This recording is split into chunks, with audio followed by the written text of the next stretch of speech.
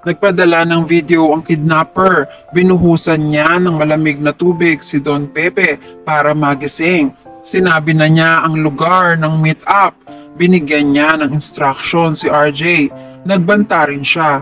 Sabi niya, tandaan mo ikaw lang mag-isa. Wag na wag kang magsusumbong sa mga pulis. Nakabantay kami sa iyo. Sumagot si RJ, oo ako lang mag-isa. Hindi napigilan ni Giselle na maiyak ng malakas. Takot na takot siya. Niyakap niya ang kapatid. Sabi niya, O Beng, huwag kang papayag. Baka may gawin sila sa'yo. Please, ayoko mawala ka. Please, O Beng, huwag kang magpuntang mag-isa. Kahit natatakot si RJ, wala naman siyang magagawa. Samantala, umaga na. Pupunta rin sa bangko si Lynette at ang mga masasamang lalaki. Pinagbihis si Lynette ng lalaki. Pinalabas si Harry para sa privacy ni Lynette. Hinilan ng lalaki si Harry pababa ng hagdan hanggang sa nasuntok na niya. Sumuntok naman si Harry pero ginantihan ulit siya ng lalaki. Nagahagis si Harry ng mga gamit. Umapalag siya hanggang sa mapupok siya ng baril at nawalan ng malay. Nagkunwari lang siya na mawala ng malay para maiwan siya sa bahay at makahingi ng tulong. Hinila siya ng lalaki at itinago sa isang sulok ng bahay. Pero ilang minuto na ang lumipas ay inabutan si Lynette ni Dax na hindi pa rin bihis. Maya-maya ay tumawag na si Balahadja kay Dax. Tinanong sila dahil may susunod pa silang trabaho. Napagalitan ni Balahadja si Dax. Ang simple lang ng utos pero nagtagal pa sila. May ginagawa pa si Dax. Nagalit si Balahadja. Baka bumaliktad na siya. Sabi ni Dax, huwag ka namang praning pre. Ano ka ba? Sumagot si Balahadja. Alam mo ang relasyon ng pamilyang yan sa matanda. Kaya madali ka lang makakapagsumbong. Sabi ni Dax, hindi ko naman alam yun eh. Saka wala akong pakialam sa mga to. Ang importante sa akin yung pera. Sabi ni Balahadja, siguraduhin mo lang na hindi ako sasabit dyan Kung hindi, papakitayin talaga kita. Sabi ni Dax, oo naman, gusto mo hatian pa kita sa makukuha ko rito. Sabi naman ni Balahadja, hindi ko na kailangan yan. Mas malaki ang makukuha ko sa matanda.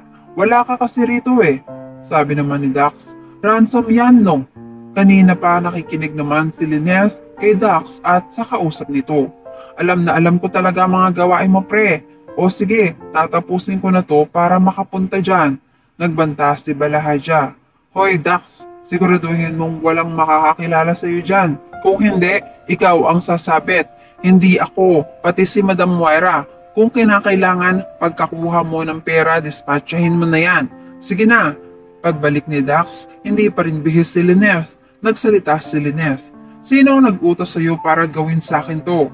Sabi naman ni Dax, hindi ko alam. Bakit? Mapilit si Lynette. Umulit ng sagot si Dax.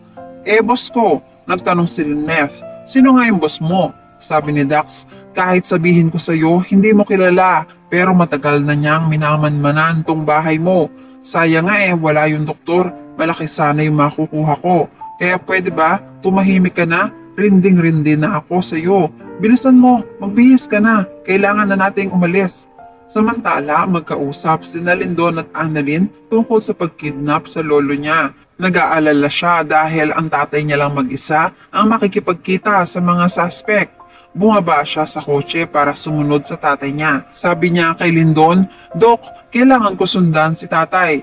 Ayaw pumayag ni Lindon. Delikado doon. Sabi ni Annalyn, yun nga delikado doon. Hindi pwedeng mag-isa lang si tatay. Kailangan samahan ko siya. Pero please, huwag mo na sanang sabihin kay nanay. Mauna na ako, Dok.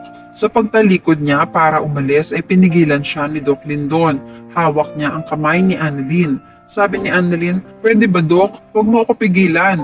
Sabi ni Lindon, hindi kita pipigilan. Sasamahan kita. Sa pag-uusap nilang yon, may isang cellphone na nire-record ang pag-uusap nila ni Lindon. Papunta na si Lindon sa kotse. Nakatulala lang si Annalyn. Sabi ni Lindon, Doc Annalyn, let's go! Nagtataka si Annalyn pero sumunod na rin siya kay Lindon. Nakarating na nga si RJ sa lugar ng meet-up nila ng mga suspect. Sa isang pampublikong palengke, may dala-dala siyang 100 milyon sa loob ng isang malaking bag. Maya-maya ay tumawag si Giselle. Ang sabi niya, "Obeng, I'm going there." Sabi ni RJ, "Ate, ano ba? Gusto mo bang mapahamak si Papa?" Sabi ni Giselle, "Wait, can you please listen to me first, Obeng? Hindi ako magpapakita. Dun lang ako sa kotse. Maghihintay ako sa parking lot. You can't expect me to just wait here. Mamamatay ako sa anxiety." Sabi ni RJ, "Ate, just trust me, okay?" Sabi ni Giselle, "I trust you, but I don't trust those criminals. Baka mamaya may gawin pa sila sa'yo. Basta nandoon lang ako sa labas. And if you need me, if you need anything, just let me know. Update me, okay?" Sabi ni RJ, "Okay, sige ate, thank you. Basta ate, huwag kang tumawag ng pulis ha." Sagot naman ni Giselle, "Oo, hindi ako tatawag sa mga pulis. Mag-ingat ka, okay? Bye." Naglakad na papasok ng palengke si RJ. Palinga-linga siya. Samantala, magkausap na naman sina Moira at Balahadja. Tanong ni Moira, "Anong balita doon sa bata mo? Nagawa ba niya ang inuutos ko?" Sumagot si Balahadja, "Oo, madam, tapos na." Sabi pa ni Moira, "Baka matrace yang sa akin ha?" Sagot ni Balahadja, "Walang matitrace kung walang ititrace." Samantala, sumunod sina Lindon at Annalyn sa palengke. Makikita ni Annalyn sina Nurse Karen at Nurse Ivan. Itatanong niya sa kanila, "Nurse Karen, anong ginagawa niyo rito? Bakit ganyan ang suot niyo?" Sumagot si Karen, "Sabi ni Doc Lindon, kailangan mo raw ng rest back kaya eto kami." Samantala, kinuha na ng mga lalaki si Lineth. Pinasakay siya sa sasakyan. Nang makaupo na si Lineth ay makikita niya na parating ang sasakyan ni Carlos. Magugulat siya. Natawag pa niya ang pangalan ng asawa. Bumaba ng sasakyan si Carlos. Nagtataka siya sa kotseng nakaparada. Sabi niya, "Kay haring kotse to Anong ginagawa niya rito?" Pinigilan si Lineth ng mga lalaki na sumigaw o gumawa ng mga bagay na makakakuha ng atensyon ni Carlos. Napaiyak na lang si Lineth nung sabihin ng lalaki, "Huwag kang maingay, kundi lagot ang asawa mo." Hindi na makakibos si Lineth. Umalis na rin ang sasakyan nila. Samantala, papasok na si Carlos. Kabado siya sa sobrang katahimikan. Maya-maya maririnig niya ang kaluskos ni Harry at bumubulong siya. "Tulong! Tulong!" Magugulat si Carlos at tatanungin kung anong nangyari sa kanila. Aaminin naman ni Harry na nasa peligro si Tita Lineth. Kailangan nilang magtulungan. Matataranta naman si Carlos. Ganito pala ang nangyari sa bahay nila. "Nasaan si Lineth, Harry? Nasaan?" Sinabi naman agad ni Harry na kinuha siya ng mga lalaki at dinala sa bangko. Sa kabilang banda, tumawag na ang lalaki kay RJ at nag-iba siya ng boses. Si Moira pala ito. Nagbago lang siya ng boses sa tulong ng voice app. Sabi ni RJ, "Dala ko na yung pera." Nakatunog na si Moira na may sumunod kay RJ. Sina Annalyn at ang mga kaibigan nito. Sabi ni Moira sa nagtatagong ibang boses, "Parang nagbago na ang isip ko kung iyan ko na lang kaya ang tatay mo."